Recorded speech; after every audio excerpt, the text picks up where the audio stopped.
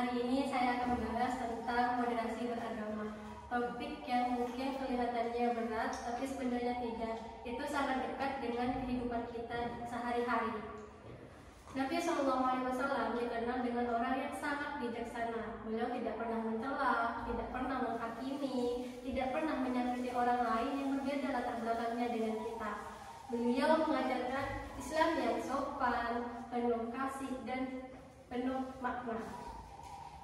Sebelum kita membahas lebih jauh, kita harus pahami dulu apa sih moderasi beragama itu. Apakah moderasi beragama yang agamanya dicampur adukan, ataukah harus meninggalkan ajaran agama itu tersendiri. Jadi moderasi beragama itu cara kita menjalankan ajaran agama dengan adil, toleransi, seimbang, tanpa menyakiti orang lain. Artinya teman-teman, kita menjalankan ajaran agama Islam itu dengan teguh dan tegas, tapi tidak menyakiti dan tetap menghargai orang yang berbeda latar belakangnya dengan kita. Dengan begitu kita bisa hidup berdampingan dengan tetangga dengan damai yang latar belakangnya berbeda dengan kita. Konsep moderasi beragama ini sebenarnya sudah ada sejak awal dalam Islam. Bahkan dalam Al-Quran surah Al-Baqarah ayat 43 itu sudah dijelaskan bahwa umat Islam itu sebagai umat pertengahan atau umat moderat, yang mana seperti bunyi Bismillahirrahmanirrahim, wa kadzalika ja'alnakum ummatan wasatan litakunu syuhada'a 'alan nasi wa yakuna ar-rasulu 'alaikum syahidan. Yang artinya, dan demikian pula kami telah menjadikan kamu umat Islam, umat pertengahan, agar kamu menjadi saksi atas perbuatan manusia dan agar Rasul Muhammad menjadi saksi atas perbuatan kamu. Jadi sebenarnya moderasi beragama itu sudah ada sejak awal. Mungkin kita saja yang kurang menyadarinya. Moderasi beragama itu sebenarnya bukan cuma teori. Mari kita lihat bagaimana moderasi beragama itu ketika diterapkan dalam kehidupan sehari-hari. Yang pertama, dalam bertetangga. Ketika kita mempunyai tetangga yang sedang mengadakan hajatan dan ketepatan, mereka itu non-muslim. Apakah kita boleh datang atau tidak? Tentu saja boleh, karena tidak ada larangan kita untuk tidak hadir di acara mereka. Bahkan sabda Nabi Muhammad SAW dalam hadis riwayat Bukhari Muslim, barang siapa yang beriman kepada Allah dan hari akhir, hendaklah ia memuliakan tetangganya. Jadi ketika kita menghadiri acara tetangga yang non-muslim, menjenguk mereka ketika sakit, bertegur sapa di jalan, itu tidak ada salahnya. Selain kita mengajarkan ajaran kita, agama Islam, tentu kita bisa berhidup sosial dengan baik dengan mereka. Yang kedua, di sekolah ataupun di tempat kerja. Ketika kita mempunyai teman yang berada di lingkungan yang mayoritas muslim dan mereka non-muslim, apa yang harus kita lakukan? Mengolok-olokkah, menyakiti mereka kah, mencela mereka kah karena mereka berbeda? Tentu saja tidak, itu tidak boleh. Kita cukup hargai mereka, pahami mereka, berteman seperti biasanya. Karena tugas kita itu cuma memahami, bukan menghakimi.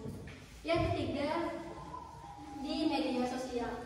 Pada zaman sekarang, orang banyak sekali lebih aktif di media sosial seperti WhatsApp, TikTok, Instagram, dan lain sebagainya daripada di kehidupan dunia nyata.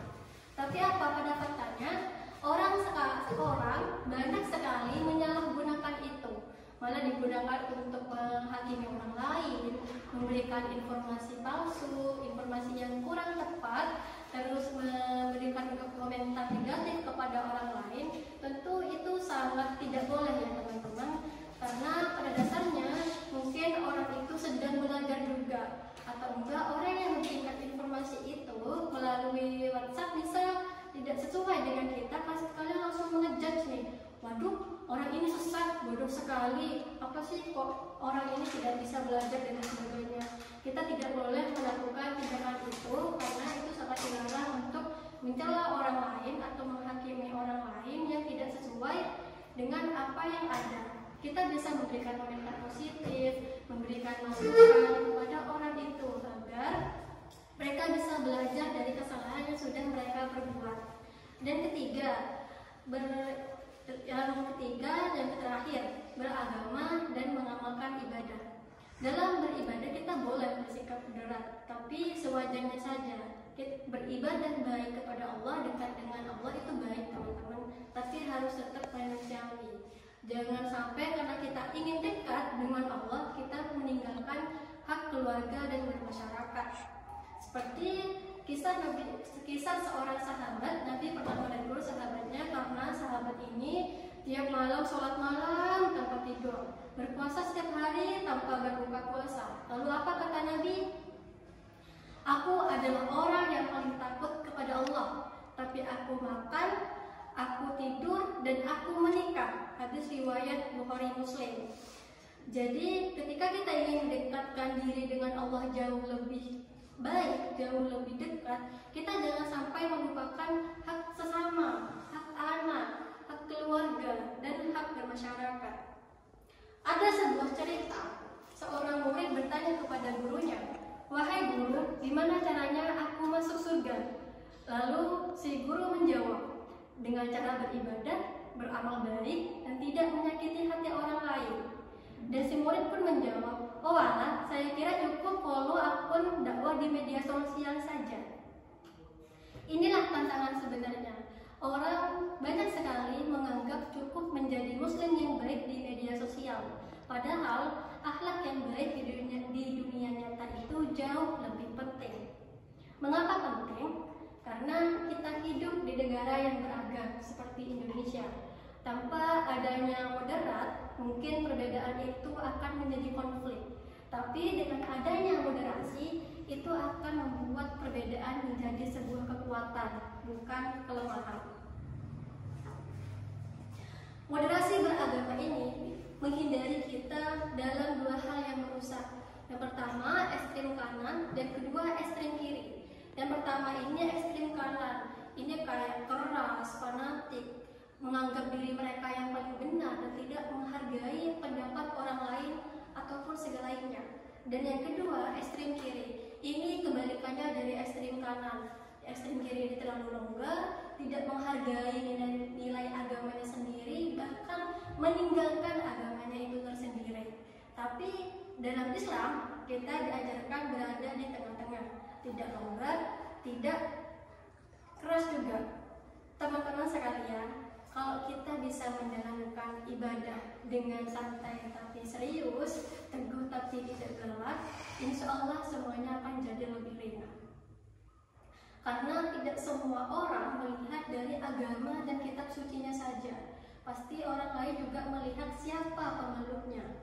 Kalau orang lain nyaman di dekat kita, enak, sejuk, insya Allah hidup akan jauh lebih mudah. Tugas kita cuma melihatkan Islam itu sangat menyenangkan, bukan menyeramkan. Jalani saja agama seperti naik sepeda, seimbang, fokus ke depan, jangan lupa bunyikan belnya agar bisa menyapa, bukan menyeruduk.